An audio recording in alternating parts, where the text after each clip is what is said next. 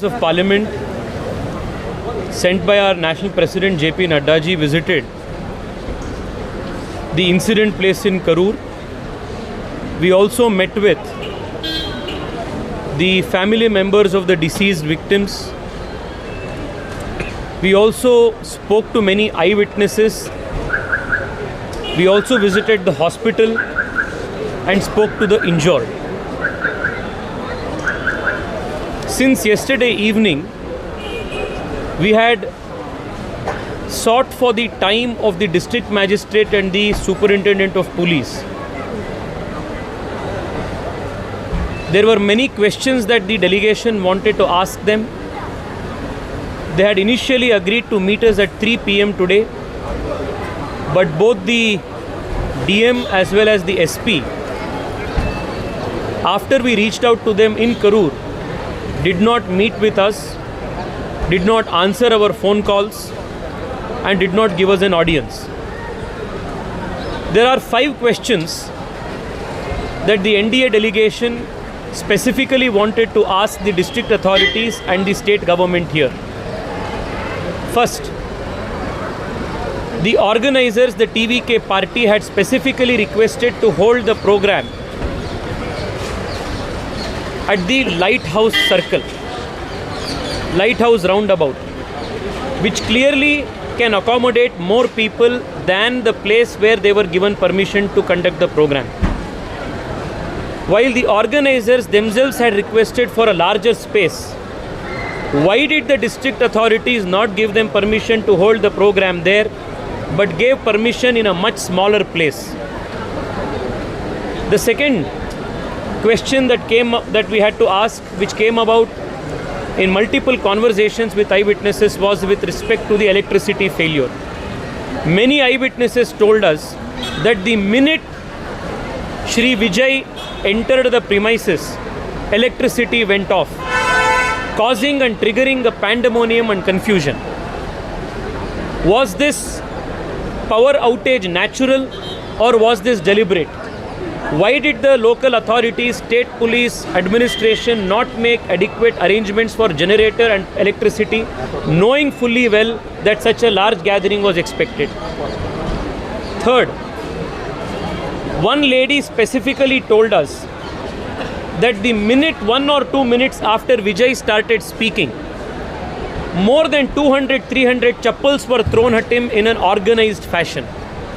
So who organized this chappal throwing which caused confusion? Were there certain political elements which caused this confusion deliberately? Fourth, few eyewitnesses also made very serious allegation that in the crowd there were some elements local who were not localites. There were a large presence of people who were not localites, and some of them, she said, were even carrying knives in their hands, and in the middle of the 10-15 minute confusion stampede even tried to injure and tried to wound a lot of people. This is a very serious allegation by eyewitnesses that need to be answered. The final question is with respect to the intelligence failure of the state government. When the organizers themselves claimed that there will be 10,000 people, there were more than 30,000 people who assembled. Why did the state police not adequately deploy enough number of police people? Why they did not take adequate measures? And why did they not, most importantly, after the incident took place, why did they not take the injured to private hospitals that were in the immediate neighborhood? But why did they choose to take them to the government hospital, which was almost 25 minutes away? If the state authorities, this is a very serious allegation made by eyewitnesses, by the injured family members, that if the state authorities, district authorities had taken the injured to the nearest hospitals, many lives could have been saved. Why did they choose to take them to a 25-minute away government hospital? These are very serious allegations. We wanted to ask the district authorities these questions. They did not meet us. Even after multiple phone calls, emails and letter requests, the delegation comprising of all the 8 MPs has unanimously decided to move a privilege motion against the DM and the SP in the parliament because they have denied an audience to an 8-member parliamentary delegation and denied meeting us and giving us answers to these pertinent questions that the public is raising. Thank you. So is there any time frame to submit the report? We will all convene in Delhi in the next couple of days. As soon as possible, we will submit the report to the party's national president and the other authorities. Any political transparency in the incident, sir? Well, we wouldn't want to discuss anything beyond the questions we have asked. These are very serious questions. The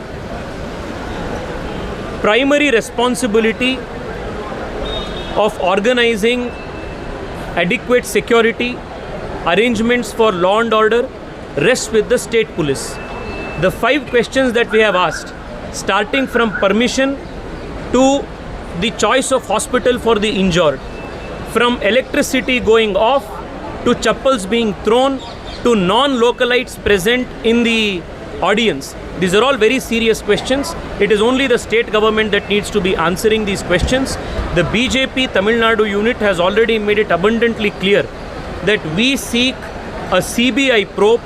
Today, Anurag Thakurji and the delegation has also said that an inquiry by a sitting Supreme Court judge will also lead to impartial inquiry and give answers.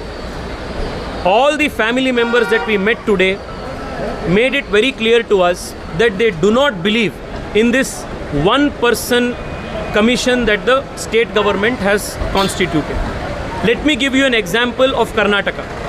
Just 2 months ago, after the RCB victory parade that was organized by the state government, there was a stampede in Bangalore. More than 12 people died. Immediately thereafter, the state government, in a similar fashion, appointed a single judge commission. The single judge commission blamed RCB and not the state government.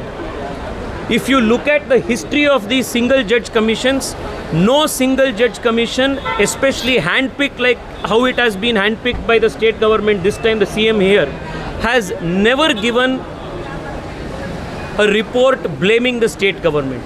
This one-man commission, this judge commission is given only to give clean sheet to the state government and the authorities.